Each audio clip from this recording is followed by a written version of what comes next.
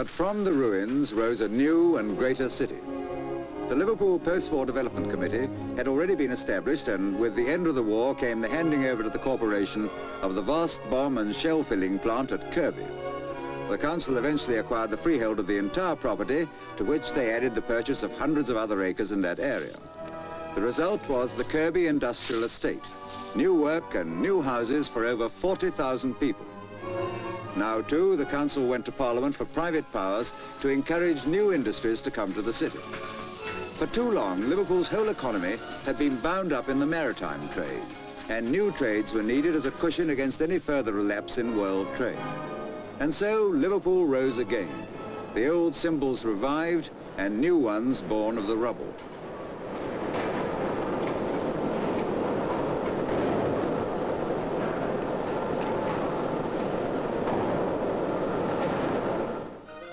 Despite their ordeal through the war years, the spirit of the Merseysiders had never been higher.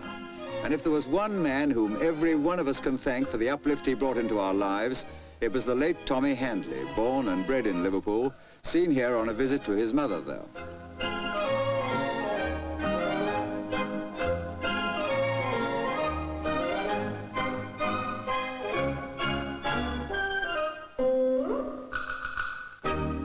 Other famous Liverpool comedians are, for the benefit of people who've been out of the country for the past 50 years or so, Arthur Askey, Billy Bennett, almost a gentleman, remember? Seen here in a typical sketch.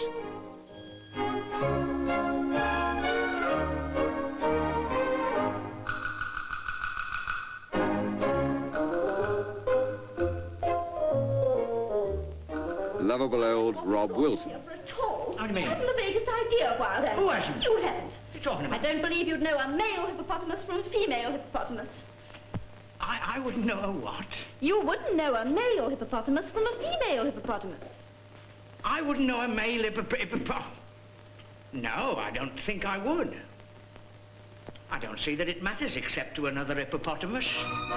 And of course Ted Ray, who, but for his more famous talents, might well have reached the public eye as a footballer with Liverpool. As a golfer too, he's a very funny comedian.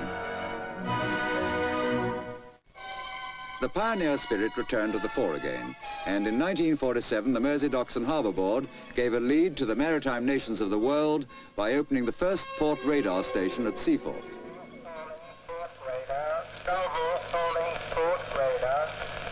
Can you give me my position, please? What is my position, please?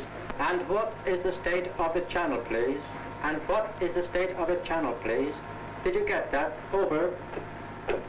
Hello, Salvor. Your position now is 045072. There is a vessel at grid reference 036069, half a mile away from you, half a mile away from you. Steer southeast by east. Thanks to port radar, fog is no longer the menace it was. If there's one sphere where radar would be a boon, it's football. For even some of our favourite players don't seem to know which way the goal is sometimes. But all things said and done, Merseyside isn't too badly represented with Everton and Liverpool. Who doesn't remember 1950, when the Toffees went out to Liverpool in the semi-final of the FA Cup at Manchester? That was quite a day, with 200,000 people trying to get into the city to see the Grand National, and more than 50,000 trying to get out for the semi-final.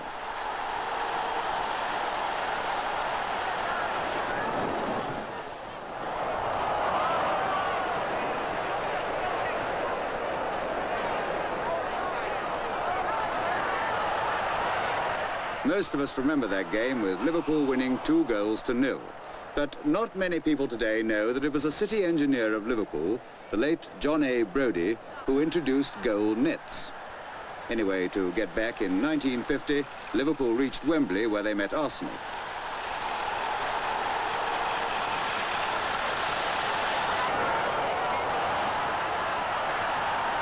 And so the final, from which Anfield supporters came away miserably wondering whether the Reds would ever win the Cup. Luck was certainly against them that time, although undoubtedly Arsenal were a fine side.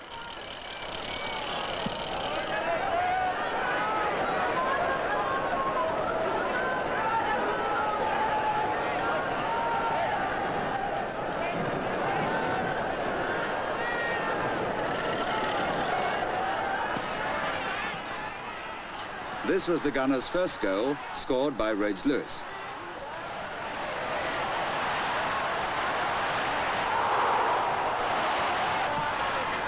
Centre forward Albert Stubbins misses a good chance to equalise.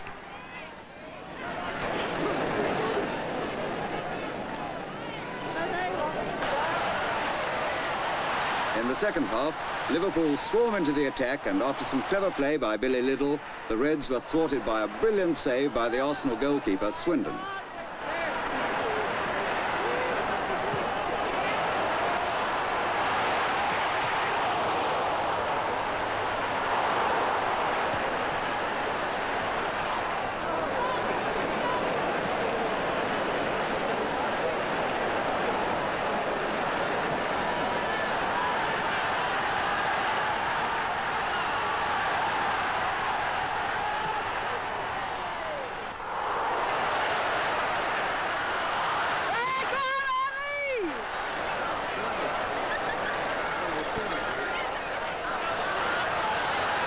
The London team's second goal comes from a sudden breakaway. Mercer sends the ball upfield to Dennis Compton, who centres to Frederick Cox, through to Lewis, who bangs the ball into the net. Liverpool fight back, but a 2-goal deficit at Wembley takes a lot of making up.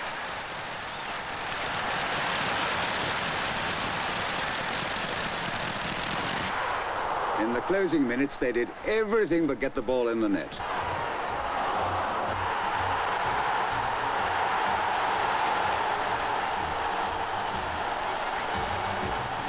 Still, if it was any consolation, the Gunners' captain, Joe Mercer, is a Merseyside man.